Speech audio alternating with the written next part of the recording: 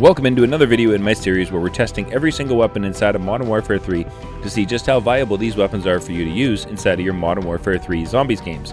This is going to include the aftermarket parts, the aftermarket conversion kits, and the MW2 weapons. So if you guys are new around here and you love to see how weapons perform inside of Modern Warfare 3 Zombies, then make sure you subscribe, turn on that bell notification so you don't miss any future uploads from myself on Modern Warfare 3 Zombies.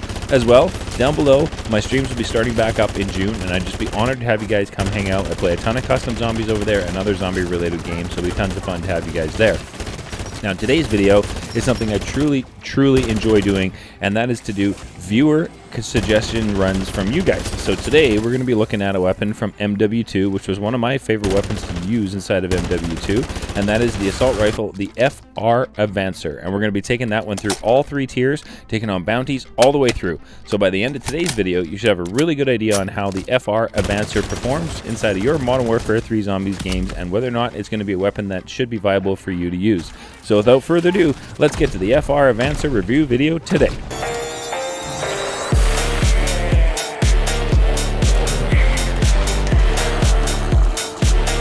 Alright, so here we are. We're going to be spawning in with the FR Avancer from MW2, and we're going to be testing this weapon out inside of all three tiers today, taking on bounty contracts all the way through.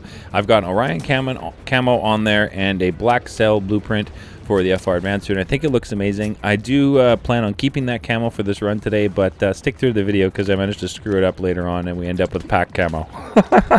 So, like we always do when we spawn in testing weapons, we put on my perks and no additions to add any strength to the weapon aside from using Deadshot Daiquiri, as I run that every single game. I do have one extra today, which was my golden armor plates. Just makes things a lot easier. I don't have to worry about plating up. So let's get to it. First thing to do is to grab our first bounty contract of the day inside of tier 1, and we have a Mimic, and we're going to be taking the Mimic on with just white rarity, no pack punch, and no ammo mods on the FR Avancer, and I could already tell that this was going to be absolutely amazing. I do have the incendiary rounds on the FR Avancer. Hopefully I pronounced that right. And I noticed that that definitely does help with the damage for sure, but just being able to basically strong arm that bounty contract inside of tier 1 at the end to finish it off, I was really excited to continue pushing on forward in this testing to see just how this FR Avancer performs. So next to do is to go off and visit Pack-a-Punch, and we want to melee the machine to keep your Pack-a-Punch camo, which I did, and then use the Pack-a-Punch machine to take our FR Avancer to Pack-a-Punch tier 1, which we did.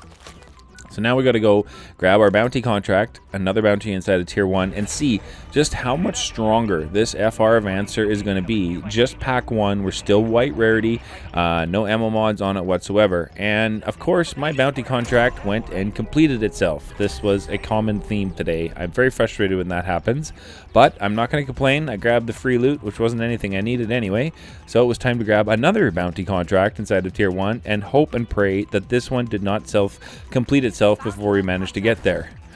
So I went and picked up my bounty contract, and I was anxiously hoping that this one did not disappear on me. That was not something I was hoping it was going to do.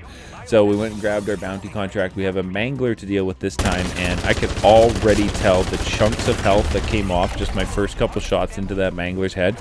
Holy smokes, this FR Avancer is super strong.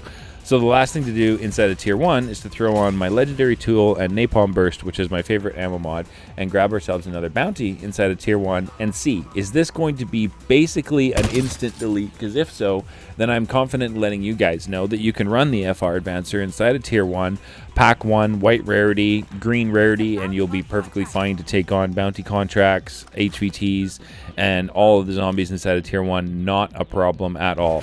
So we went and visited another bounty and picked it up. We have a Mangler here, and I was hoping again that this one didn't auto-complete for myself so we could show you guys the damage. And just look at the health bar. I mean, it moves so fast, I don't even think the health bar kept up. So that's truly awesome, and at this point I was just absolutely excited to move into tier 2, grab a bounty contract, and see what this FR Avancer can do. Pack 1, legendary with napalm inside of tier 2 taken on a bounty contract in that we did not up the Pack-a-Punch level to Pack 2. We're still only Pack 1 inside of Tier 2.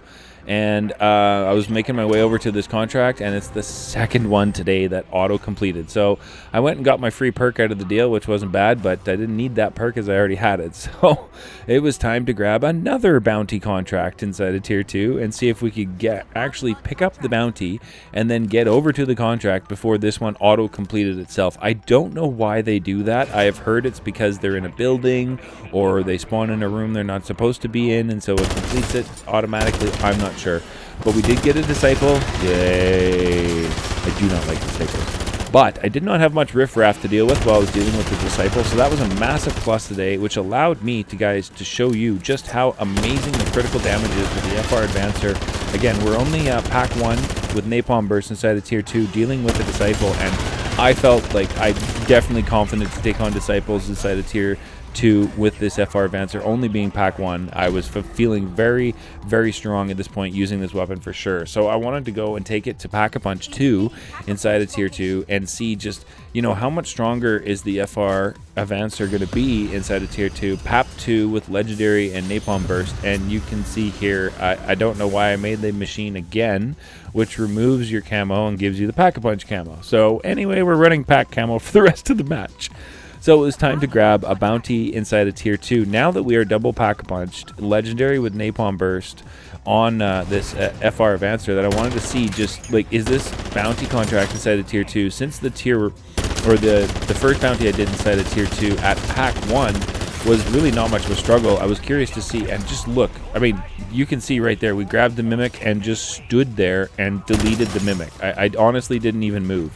So I was super excited now. It's time to push to Tier 3 because I really want to see what this weapon can do. So we put on my PAP 3 crystal, which I bring in with me every single match. And then it's to ping the Wonder Fizz machine, head into Tier 3, and purchase the rest of our perks before we head off into Tier 3 and see what this weapon can do inside of Tier 3. So we went and grabbed the last 3 perks that I was missing from Tier 3, went and got those, and then it was time to head into Tier 3 and see what the FR Avancer is capable of. So we're going to go and grab ourselves a bounty contract and see what the FR Avancer can do on a bounty contract inside of Tier 3. So we went and picked up our bounty contract here, and I was already feeling really confident just using this weapon. And the destroying the zombies is definitely not much of a problem. I'll show you guys crowd control shortly here in the video, but you can already see like the damage I was able to do to the Mega Abomination bounty contract at range. And the FR Avancer is an assault rifle, so range is definitely something. It's got some strength for sure. I mean, you can see the critical damage right there when we cracked the Mega Abomination bounty contract's first face, and there's the second one. And it's definitely going through them very quickly. Like, I was feeling really confident using this FR Avancer, taking on Mega Abomination bounty contracts inside of Tier 3 for sure. Like, I wasn't really worried. You can see the damage we dished out to that Mega Abomination right there. It was truly awesome. It didn't really stand much of a chance. It was a very quick fight for sure. You stick tuned. Later in the video, I do take out a Mega Abomination in less than 15 seconds with this FR Avancer. So we got some amazing loot out of that deal. The Scorcher, which I grabbed, tried to give to a player, but they didn't want it. And the Epic Tool Plans, which I managed to find somebody to give that to. So stick through the video for that. So I was just feeling so confident using this weapon inside of Tier 3 that I just went and grabbed another bounty, another contract. There wasn't a bounty available, so I wanted to show you guys how I do this one here. If I have the sentry turrets, is I'll activate that turret right there outside, and then I'll run in here and activate the raid weapon stash. And the nice part about having the turret going outside is I climb up here and stand right here and just shoot everything that comes up the platform here towards me. But anything that tracks through the middle of this area here, the auto sentry circuit turret will take them out for me, which is truly awesome. So I just wanted to show you guys that this is a nice little trick for completing this raid weapon stash contract instead of Tier 3. Fairly simply, if you have the circuit turret boards for sure, and that circuit turret spawns there, because sometimes it doesn't spawn in. So I went and finished off that raid weapon stash. Not much of an issue at all. There's a player that showed up at the end, so I figured why not see if they wanted the Scorcher, because I had that and I certainly didn't want it. So I was going to go and offer them the Scorcher. Check out their reply. I thought this was pretty funny. So here I am trying to drop them the Scorcher. They know I'm about to drop them something. So there you go. Do you want that? Look, look, look. He says, nope, nope, nope, nope. I thought that was pretty funny. Did not want the Scorcher. Emphatically, that was a no. So I tried the Epic Tool schematics, see if he wanted to have those. Drop them off for him. Did you want that? No, he doesn't want those. All right, so back to it. Let's see how this weapon performs inside of Tier 3, the FR Avancer from MW2, as far as crowd control goes. And I really don't need to tell you how strong this weapon performs. You can actually see it for yourselves on screen right here. I took out the entire horde. Just look at the carnage. Crowd control, definitely viable with the FR Avancer. I agree, 100%. Next on the list, we have to go visit our good friend George, the Guardian of the Arches, and you know he's up for a fight. George has been feisty lately. So we made it over here to the place. I really do enjoy this pathway more than the one down by the arches, as they've started to spawn in and come in from behind you down there. So I really enjoy using this scaffolding staircase here as kind of a holding place, if you will, a cheese spot for George. Definitely makes things a lot easier as all the zombies run up the platform towards you in one direction, so you can just handle everything from here in all of one direction. And it just makes things a lot easier, which is why you guys see in my footage usually taking on George from here, just because it just makes things a lot easier. It also gives me a great opportunity to show you guys the critical damage that you're able to do to a Mega Abomination inside of Tier 3 without having to deal with so much of the riffraff. So you can really see his health bar be affected from the critical damage shots. So George was done, and he gave us the cash, a large backpack, and I really wanted to grab that legendary tool that he dropped me, because I was getting some amazing loot today. I was super excited about that. But the riffraff around just was endless. They just kept pushing and pushing and pushing through. I finally managed to get over and grab my legendary tool. So the last thing to do in today's video is to throw on Mags of Holding and see how well the FR Avancer performs inside of Tier 3 with Mags of Holding. So I wanted to go ahead and make sure we grabbed a bounty contract so we can complete a bounty contract without Mags of Holding and complete a bounty contract with Mags of Holding for you guys inside of Tier 3. So like I said at the beginning of the video, by the end of this video, you should have a really good feel for whether or not the FR Avancer is going to be viable for you inside of your Modern Warfare 3 Zombies games. And I got a Mega Abomination bounty contract that auto-completed itself inside of Tier 3. So I'm not going to complain. I'll grab my free Casimir and the free loot out of that, but that was definitely not what I had in mind. So then it was to show you guys crowd control inside of Tier 3 with Mags of Holding, because of course now I don't have to reload. And you can see just how strong the FR Avancer is. It just really melts through just about everything. We have an HVT show up here, and it just went right through them, no problem, like a hot knife through butter. Super easy. Very, very strong, this FR Avancer. Definitely, for sure. So, crowd control with Mags of Holding is definitely a check. And check this out. Less than 15 seconds for a Mega Abomination completion inside of Tier 3. Absolutely insane. Less than 15 seconds. I don't really need to say anything else. So it's time to head out. I wanted to grab another Juggernaut suit to drop off to a player if they were, I want to try and help out. So at the end of the match, I wanted to see if anybody needed the Epic Tool schematics. Unfortunately, nobody answered to that, which was a shame.